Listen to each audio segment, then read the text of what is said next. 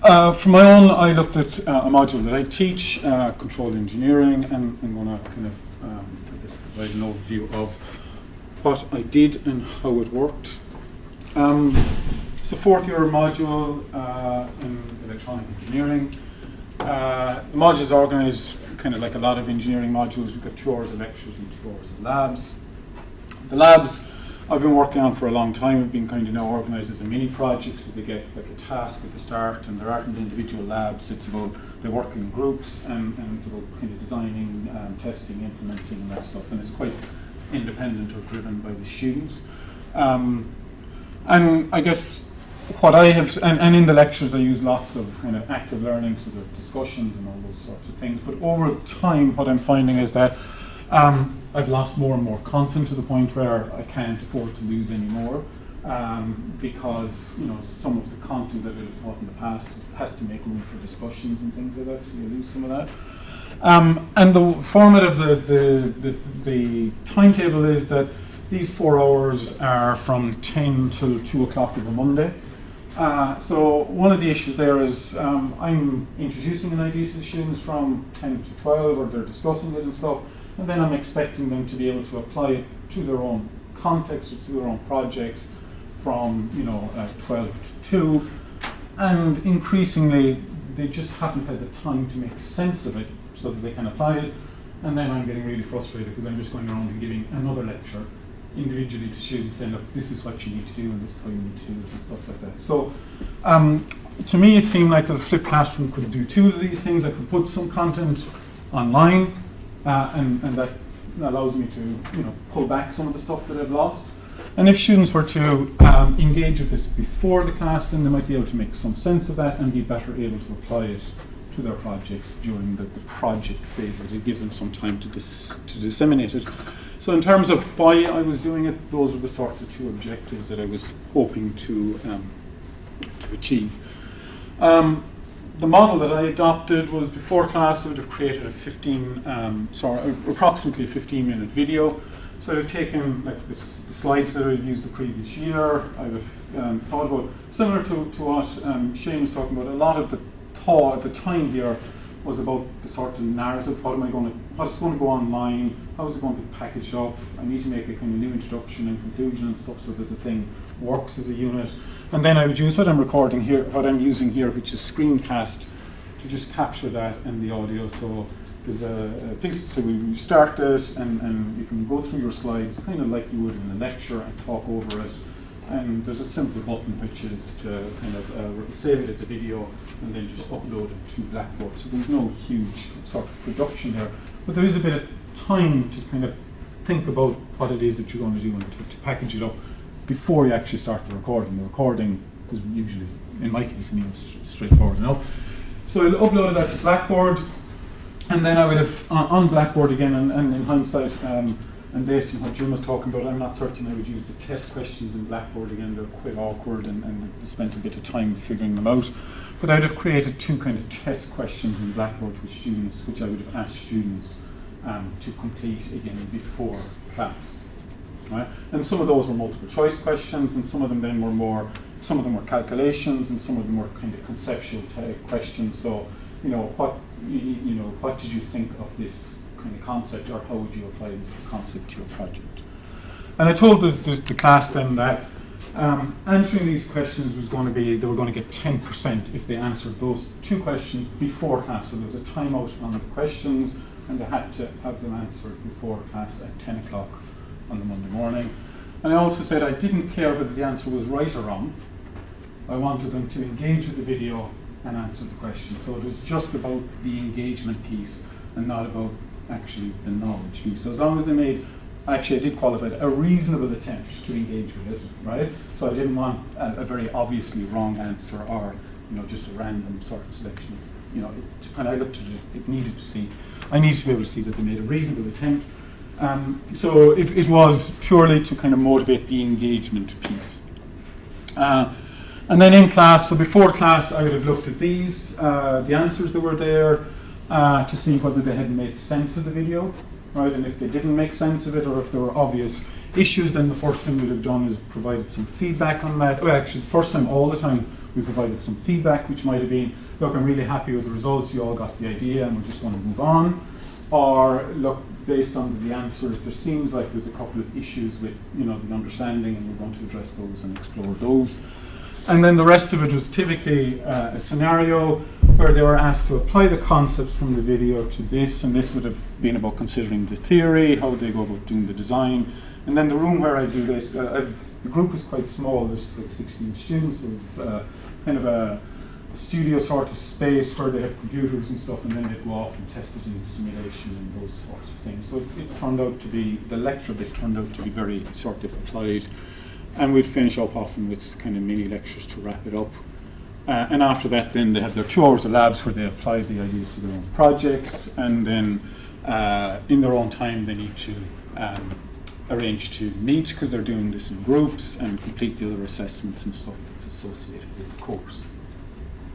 And again, the reason why, or I guess one of the reasons why I focused on this sort of 15 minutes is because they need to do other things outside of class as well. They need to kind of, you know, make some progress on their projects. I'm expecting them to meet as a group and kind of, organize themselves. They have assessments to complete.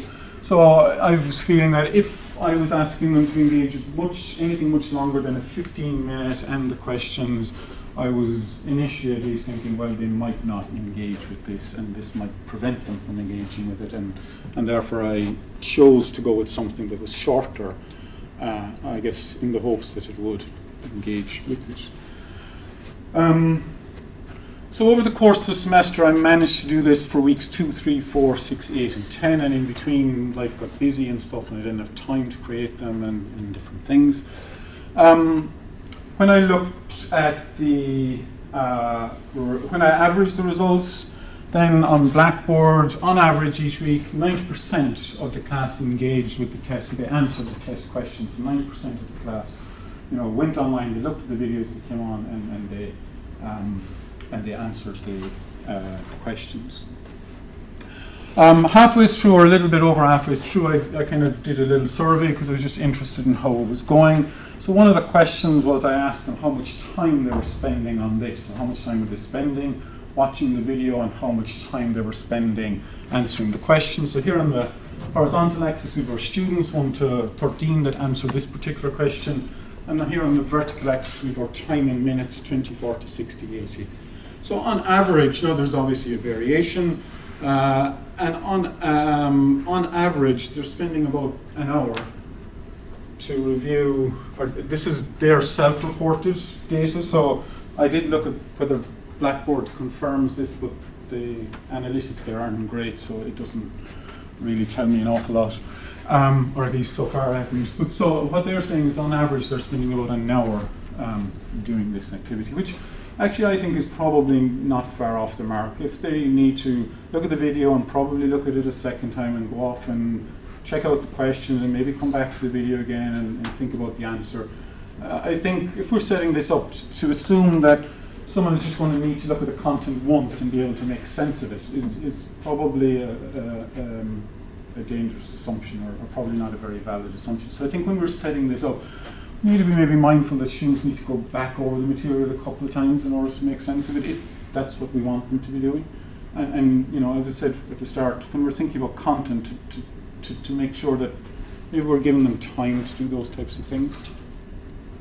One of the interesting results that I found, student 13 over here didn't turn up to class on weeks 1, 2, 3, or 4. Didn't turn up to class on week 8, 9, 10, 11, or 12, but looked at every video and answered every question, and got out of that 10%, got 10 out of 10 for the online bit, which is, flipping that whole thing. So they won't engage with the online content. Well, that guy wouldn't engage with my class, but he was very happy to engage with the content, the online content. And it did kind of go, what's going on there? I don't really know still what's going on there with them.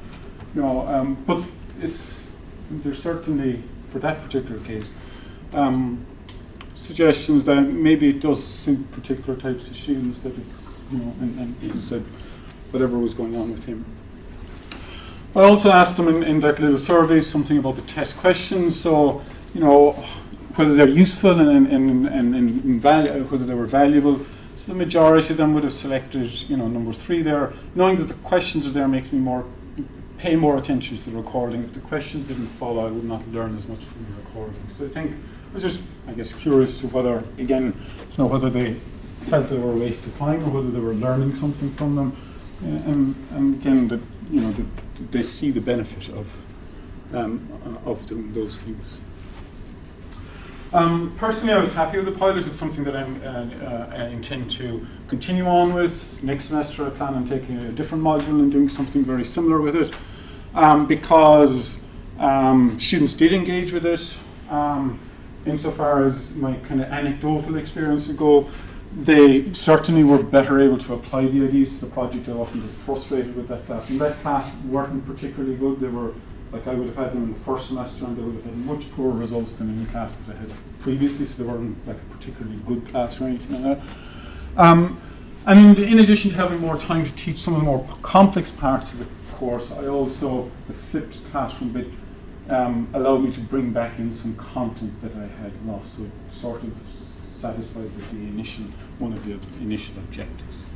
I don't particularly think there's going to be any measurable impact on student learning, so certainly I don't think there is.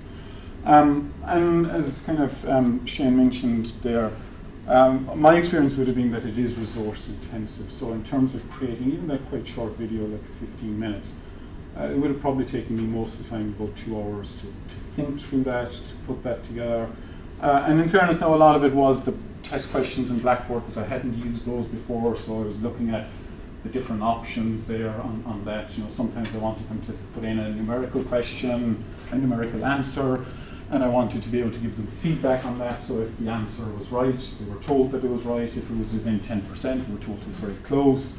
If it was miles out, they were told kind of go back and look at the video again, or So there was a bit of effort in terms of setting those up, and again, I don't think Blackboard is the most intuitive interface or the test questions in Blackboard is the most intuitive interface for that. So I'd probably look at something else there. But I guess no more than setting up a course. Anytime once you have that effort done, it's kind of there, and I am happy with the overall quality of the videos. There's no problem with using those again, and in that sense, they exist next time around, and it's just a case of rolling them out, those ones out. It's not they need to go back and create it again. So that's my experience of doing it, and I'm going to stop talking, and thank you very much for being here, and sorry for running over, and I hope that some of this was useful to you and that you got some ideas from it. If you have any questions, as I said, if you are interested in applying some of these, we are going to continue kind of rolling out this pilot, and you'll hear about it in September, and we'd love to see you doing more of it. Thank you so much.